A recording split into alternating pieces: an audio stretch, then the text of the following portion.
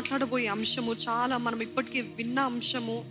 మనకేదో విన్నట్టుగా అనిపిస్తుంది, కానీ చాలామంది మర్చిపోతూ ఉంటాము.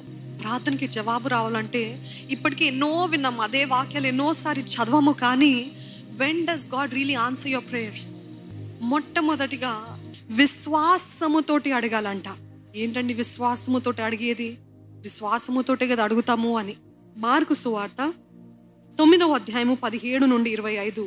జనసమూహములలో ఒకడు, బోధకుడా, మూగదయ్యము పట్టిన నా కుమారుని నీ యొద్దకు తీసుకొని వచ్చి తిని, అది ఎక్కడ వానిని పట్టునో అక్కడే వానిని పడద్రోయును.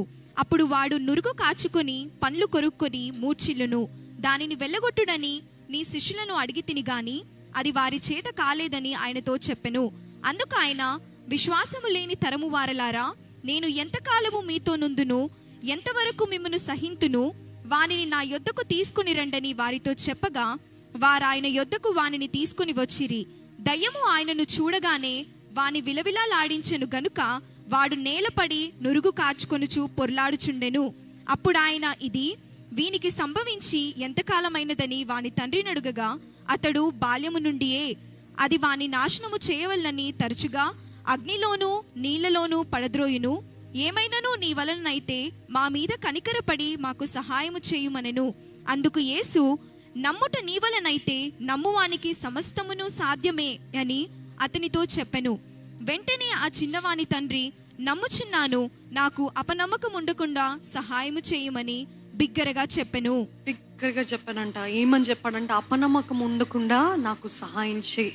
ఇక్కడ ఈ సందర్భము చూసినట్లయితే ఆ తండ్రి వేడుకుంటున్నాడంట యేసయ్య దగ్గర. ఏమని వేడుకుంటున్నాడు? ఇదిగో నా కుమారుడు దయ్యం చేత పీడించబడుతున్నాడు, ఇంత బాధ పెడుతుంది, ఇంత నురుగు కారుస్తున్నాడు, ఇంత హింస పెడుతుంది, నీళ్ళలో అగ్నిలో వేస్తుందండి ఆ దయ్యము అని చెప్తున్నప్పుడు యేసయ్య ఏమనలేదంట. ఎంతకాలం నుండి అన్నాడు. అంటే ఇంతకాలం నుండి. కానీ ఇక్కడ ఆ ఒక్క సందర్భంలో ఆయన అవిశ్వాసం కనపడుతుంది. ఏంటి అవిశ్వాసము? నీ వలన ఏమైనా అయితే అది చెయ్యయ్యా. ఈరోజు మనం కూడా చాలాసార్లు మన ప్రార్థన చేస్తాం, కానీ విశ్వాసం ఉండదండి. నిజంగా మన గుండెల పైన చెయ్యి పెట్టుకొని చూస్తే ఇది దేవుడు చేయగలుగుతాడా, ఇది నిజంగా ఆయన వల్ల అవుతుందా అనే కొద్ది అవిశ్వాసము మనలో ఉంది చూడండి. ఇక్కడ ఆయన అవిశ్వాసాన్ని, తన అపనమ్మకాన్ని, అవిశ్వాసాన్ని కనపరుస్తున్నాడు. ఆ చిన్న వెరీ సటిల్ మేనర్లో కనపరుస్తున్నాడు. ఏంటిది? నీ వలన ఏమైనా అవుతాయి అంటే, నీ వల్ల కాకపోతే నేను వేరే దారి చూసుకుంటాయ్యా. బ్యాకప్ ప్లాన్ కదా, మనకు కూడా చాలా బ్యాకప్ ప్లాన్స్. దేవా, ఇది అయితే నీ వలన అయితే చేయా, లేకపోతే నేను నా ప్రయత్నాలు నేను చేస్తాను, లేకపోతే నేను ఇంకో దారి పడతాను, లేకపోతే అడ్డదారి నేను ఏమైనా వెతుకుతాను, లేకపోతే అడ్డదారి ఏమైనా పడతాను, ఆ దారిలో నేను వెళ్తాను. ఎందుకంటే దిస్ ఐ వాంట్ డెస్పరేట్లీ, ఎంతో ఆసక్తితోటి నాకు ఇది కావాలి, కాబట్టి నీ వల్లే అయితే చెయ్యి, లేకపోతే నేను వేరేది చూసుకుంటా. నీ వల్ల అవుతే చెయ్యయ్యా, లేకపోతే I have million other sources.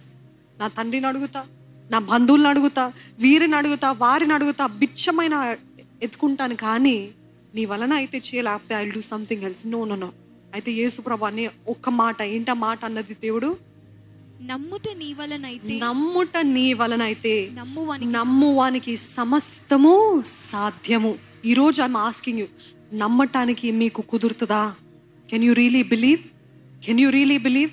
యేసు ప్రభు అన్న మాటలో ఆయనకి రిపెంటెన్స్ కలిగిందండి. ఆ తండ్రికి ఏంటా రిపెంటెన్స్? దేవుడు ఒక చిన్న మాట అన్నాడు, నమ్ముట నీ వలన అయితే నమ్మువానికి సమస్య. నువ్వు కేవలం చేయాల్సింది ఏంటిదంటే నమ్ము, విశ్వాసం ఉంచు. నువ్వు నమ్మితే అది చాలు, సమస్తము సాధ్యమవుతుంది అని ఆ మాటలు ఎంత శక్తి ఉందేమో.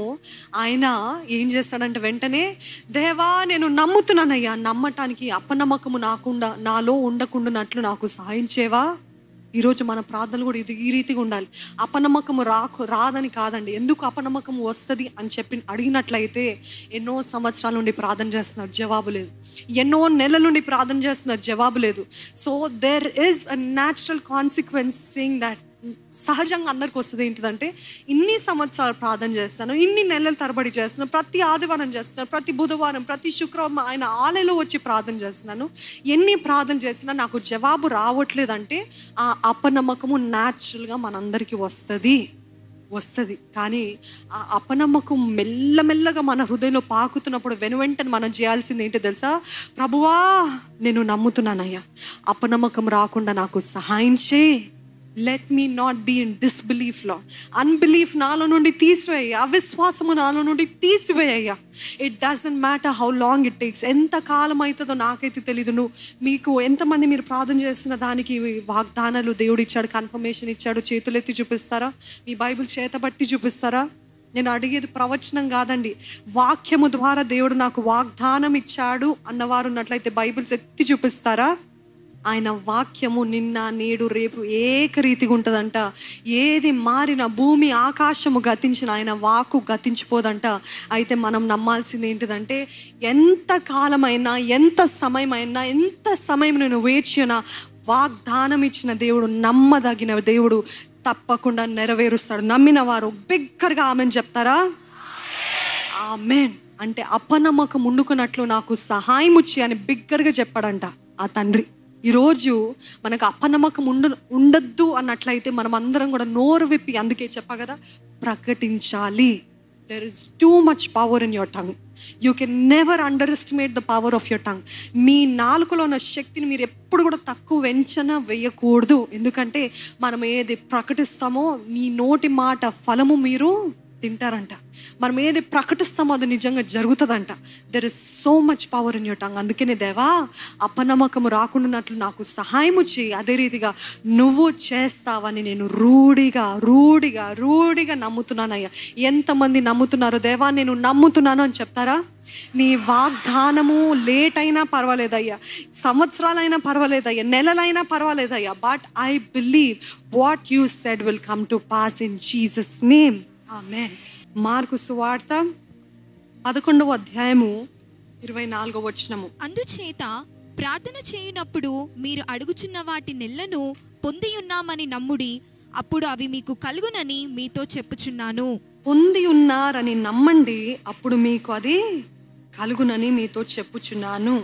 ఇక్కడ చూసినట్లయితే యేసుప్రభు అంటాడు, మీకు ఆవగింజంత విశ్వాసం ఉంటే కొండని కూడా మీరు చెప్తే, కొండకి కూడా మీరు చెప్తే అది సముద్రంలో పోయి మునిగిపోతుంది. ఇక్కడ కొండ అంటే we always think that it is literal mountain. I'm not talking about literal నిజమైన కొండ. కొండకి సూచన అనేక సార్లు బైబిల్ ఏమని ఉంటుంది అంటే, కొండంత భారము, కొండంత శ్రమ, కొండంత సమస్య. ఈరోజు సమస్యలు కొన్ని కొండల్లాగా ఉంటాయి, చిన్న చిన్న కొండల్లాగా ఉంటాయి, లేకపోతే కొన్ని పర్వతాల లాంటి కొండలు ఉంటాయి, పర్వతాల లాంటి సమస్యలు ఉంటాయి. ఇటువంటి పరిస్థితుల్లో నమ్మొచ్చు, నా సమస్య యేసు నామంలో నువ్వు పోయి మునగాలి, లేకపోతే యేసు నామంలో నేను గద్దిస్తున్నాను, యేసు నామంలో నువ్వు నాశనం అవ్వాలి, యేసు నామంలో నాకు పరిష్కారము దొరుకుతుంది అని మీరు నిశ్చయముగా నమ్మి ఆ కొండకు, ఆ పర్వతంకు చెప్పినట్లయితే నిశ్చయముగా మీ సమస్య మీ మాటకు వింటదంట. హల్లెలూయా. విశ్వాసముతో పలుకుతే అంట. ఇది కట్టుకథ కాదండి. యేసు ప్రభు అబద్ధం ఆడే దేవుడు కాదు. మనుషుడన్నా నేను మనుషుడన్నా అబద్ధం ఆడటానికి? ఆయన సత్యదేవుడు. ఆయన అంత రూఢిగా చెప్తున్నాడు అంటే మనకి నమ్మటానికి ఎందుకు అసాధ్యము? డ్రైవరు మనల్ని అనేక స్థలాలకి తీసుకెళ్తాడు, పైలట్ మనల్ని అనేక స్థలాలకి తీసుకెళ్తాడు. మీకు తెలుసా అండి ఆ డ్రైవర్ ఎవరు? మీకు తెలుసా ఆ డ్రైవర్ ఎవరు? ఎవరు నడిపిస్తున్న వారి పేరు, వారి ఊరు, వారి బ్యాక్గ్రౌండ్, వారి ఫ్యామిలీ అంతా తెలుసా? ఎన్ని యాక్సిడెంట్స్ అయినా అన్నీ తెలుసా? పైలట్కి కానీ, ఆ ట్రైన్ డ్రైవర్కి కానీ, బస్సు డ్రైవర్కి కానీ, లేకపోతే మీ కార్ డ్రైవర్కి కానీ ఏం తెలియదు. But do you believe him? తప్పకుండా. ఎంత ఖచ్చితంగా నమ్ముతారు కదా మీరందరూ. డ్రైవర్ ఎవరో తెలియదు, ఆయన ఏం చేస్తాడో తెలియదు, ఆయన తాగున్నాడా, మంచిగా ఉన్నాడా, సోబర్గా ఉన్నాడో తెలీదు, ఆయన నమ్ముతారు. కానీ యేసయ్య మన ప్రభు అయిన దేవుడు అంటున్నాడు, నువ్వు ఇది నమ్మితే చాలు, నన్ను నమ్మితే చాలు అన్నీ జరుగుతాయంటే ఎంత అపనమ్మకము, ఎంత అవిశ్వాసము. మనుషుల్ని నమ్మినంత కూడా మనము దేవుణ్ణి నమ్మట్లేదే. అది దేవునికి ఒక ఇన్సల్ట్ లాగా. దేవుని గాయపరుస్తున్నామండి, దేవుణ్ణి అవమానిస్తున్నాము. దేవుని నమ్మకపోతే అంట it is like an insult to God అంట. అంటే ఆయన శక్తిని చిన్నబుచ్చినట్టు అంట, ఆయన ప్రభావాన్ని, ఆయన ఘనతని మనం ఏదో తీసి పడేస్తున్నట్టు ఉంటుందంట. ఈరోజు ఏదేమైనా నేను నమ్ముతానయ్యా. ఆస్క్ ఇన్ ఫెయిత్, ఎక్స్పెక్టేషన్, ఎదుర్చూపు. నాకు తెలుసు నా దేవుడు చేస్తాడు, నాకు తెలుసు నా దేవుడు ఇస్తాడు, నాకు తెలుసు దేవుడు జరిగిస్తాడు, నాకు తెలుసు తగిన సమయంలో దేవుడు జరిగిస్తాడని జాయ్ఫుల్ ఇన్ ఎక్స్పెక్టేషన్ అంట. జాయ్ఫుల్ అంట. వెయిటింగ్ అనేది చాలామందికి వెయిట్ చేస్తారండి. క్రైస్తవులు అంటే వెయిట్ చేయరు అని చెప్పట్లేదు, చేస్తారు. కానీ ఎలాగ వెయిట్ చేస్తారు తెలుసా? కన్నీటితో, బాధతో. అంటే ప్రార్థన చేయక కాదు, ప్రార్థన చేస్తారు, దాని గురించి అడిగారు, దాని గురించి వాగ్దానం పొందుకున్నారు, అంత చేస్తారు. కానీ దేవుని వాక్యం ఏం తెలియజేస్తుంది? Be patient in affliction, be expectant in hope. జాయ్ఫుల్గా, విశ్వాసముతో, సంతోషముతో నా దేవుడు జరిగిస్తాడు. ఇప్పుడు నా బిడ్డకి వచ్చి నేను వచ్చేటప్పటికి నీకు ఒక బలూన్ తీసుకొని వస్తాను అని చెప్తానండి చాలాసార్లు. వారికి ఆ రీతిగా లంచం ఇస్తాను. ఎందుకంటే వారు కూడా నేను కూడా వస్తాను అంటారు. వారు తినరు, అప్పుడే స్కూల్ నుండి వస్తారు. కానీ నేను అంటాను, నేను నీకు వచ్చేటప్పుడు ఇది తెస్తాను అని అంటే వాళ్ళు ఏమంటారు, ఓహో మమ్మీ ఇది తెస్తుంది బయటికి వెళ్తే అని విశ్వాసముతో, సంతోషముతో నేను వచ్చేంత వరకు కాచుకొని చూస్తారు. ఎట్లా ఏడుచుకుంటూ కూర్చుంటారా? బాధతో కూర్చుంటారా? ఏంటా ఎక్స్పెక్టేషన్? మమ్మీ వచ్చేటప్పటికి ఆ బలూను తెస్తుంది అని విశ్వాసముతోటి, ఎదురుచూపుతోటి నా రాక కోసము వెయిట్ చేస్తుంటారు. When God said be expectant in joy, సాడ్గా కాదు. మీరు ప్రార్థన చేసిన తర్వాత దేవుడు విన్నాడని మీరు నమ్ముతున్నట్లయితే ఇంకెప్పుడు దేవా అని కాదండి, విచారముగా కాదు, సందేహముతో, బాధతోటి కాదు. నా దేవుడు తెస్తానన్నాడు, నా దేవుడు జరిగిస్తాడని సంతోషముతో ఎదురు చూడాలంట. అదే మీ విశ్వాసముతో చేసిన ప్రార్థనకి సూచన అంట. ఏంటి? You'll be expectant with Joy.